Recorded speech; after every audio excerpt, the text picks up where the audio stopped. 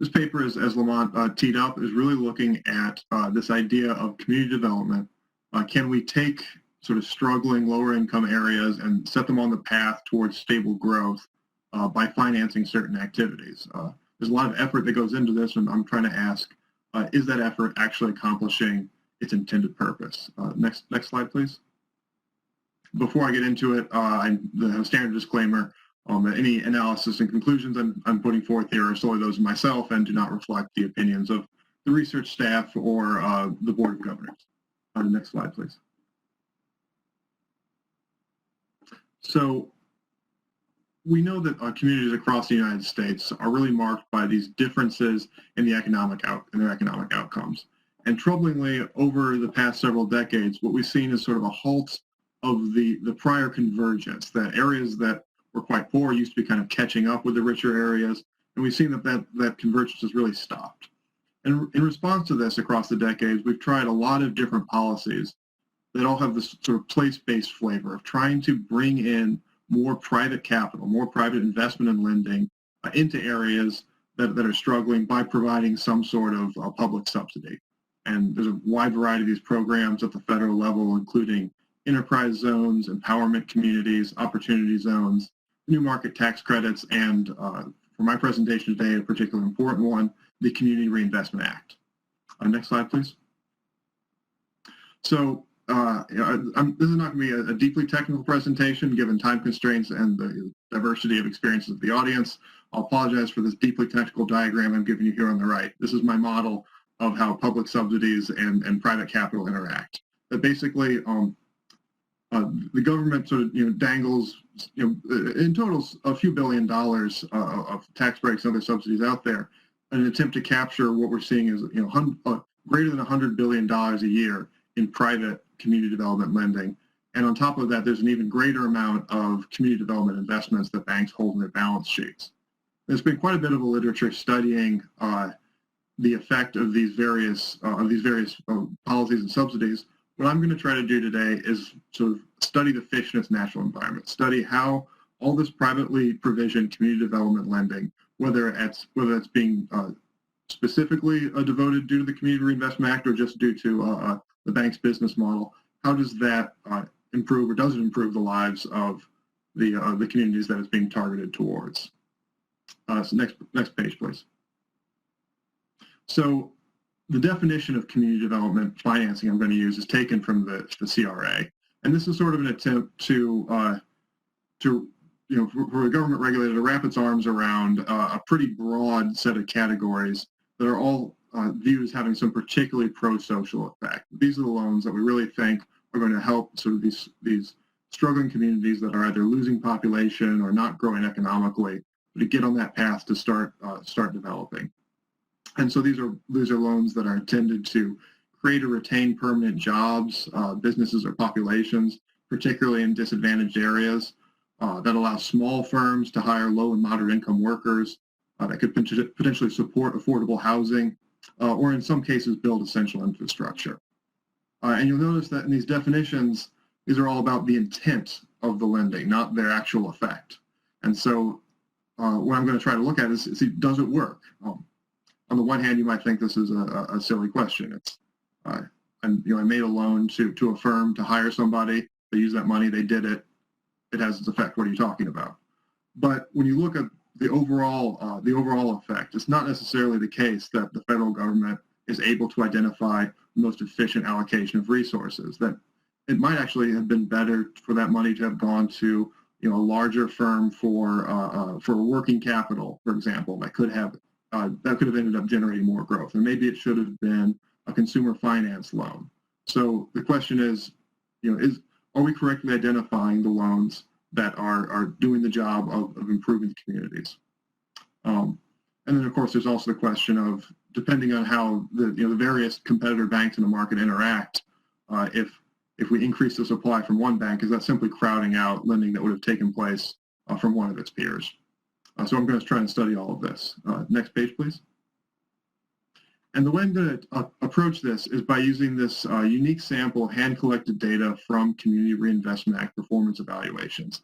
So this effort was undertaken under the under a broader effort just to look into the Community Reinvestment Act. What we did was we opened up thousands of these performance evaluation documents where bank examiners had gone through and recorded at the local level how much community development financing each bank had done in the areas it served.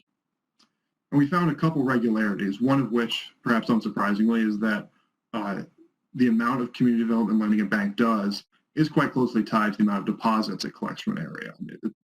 This is straightforward. Larger banks are able to do more.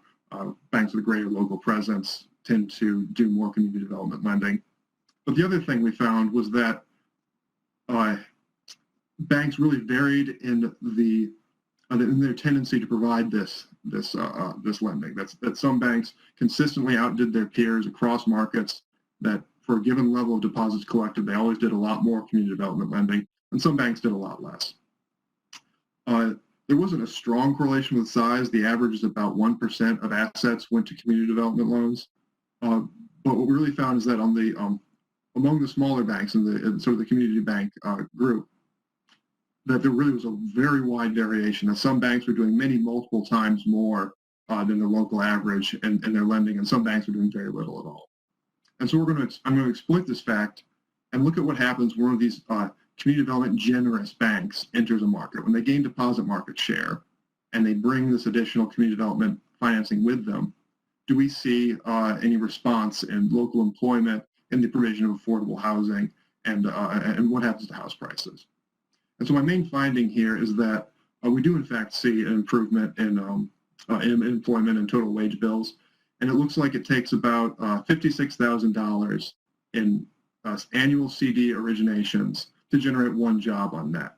But I don't find any effect on the provision of affordable housing over house prices when one of these more CD generous banks gains deposit market share in a market. Next slide, please. Just a little bit more about the data.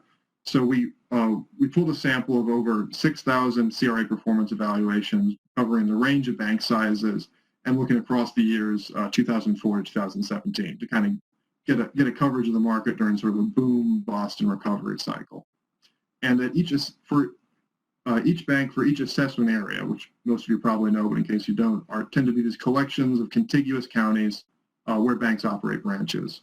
And for each of these, over the years of their evaluation period, we recorded the total dollars of community development loans and investments the bank made. Next slide, please. So the first main finding here is that while there was a tremendous variation in the amount of community development lending banks would do based on their deposits, across markets within the same bank, there was much more consistency. So it seems that banks do tend to have this strategy towards either being very generous in their provision or not in the provision of community development loans. And the way I'm demonstrating this is I divide my sample into a training sample and a test sample of markets. In the training sample, I estimate how much more generous in the same markets certain banks are than their peers in terms of providing community development loans relative to deposits. Then I take those estimates and apply them to the test sample. What I find is that there's quite a good correlation that if a bank is generous in providing CD loans in one market, it's very likely to be generous in all its other markets. And I repeated this 500 times. I just plotted the estimates of the coefficients there on the right. The numbers don't really matter. As you can just see, they're all clustered away from zero, suggesting that that when a bank that I've estimated in one market is going to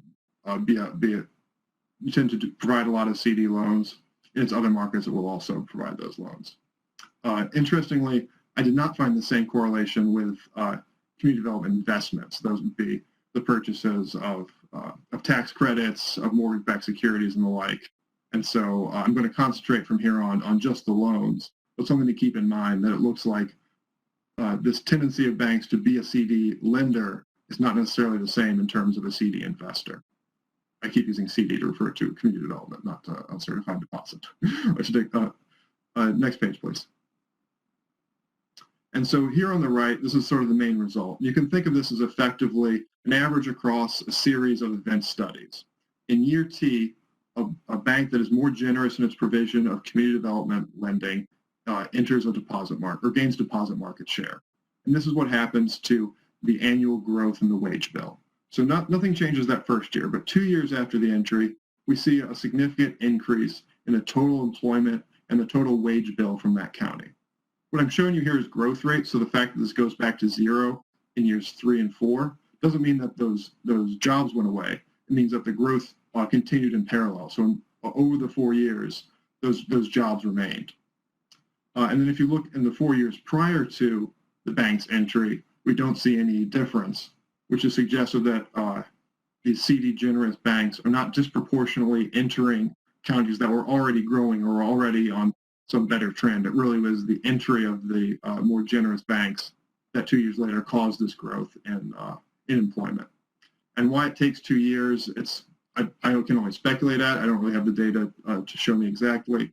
It's some combination of, you increase your deposit taking from a county, and then you need to form the contacts to make those loans. The borrower needs to go out and actually do the hiring. But it seems like there's this short delay between the entry and the employment. And next slide. I mentioned I didn't find any effect on affordable housing or house prices, and I'm running out of time, so let me just go to the last slide and conclude. With 150 million jobs in the U.S. and 100 billion in CD loans, this gets me my $56,000 per job. And as I'm running out of time, just recognizing that everything I'm looking at is very local. So it's not clear maybe what other national projects this money may be drawing away from. I can't quite speak to that. But thank you very much, and that's my time.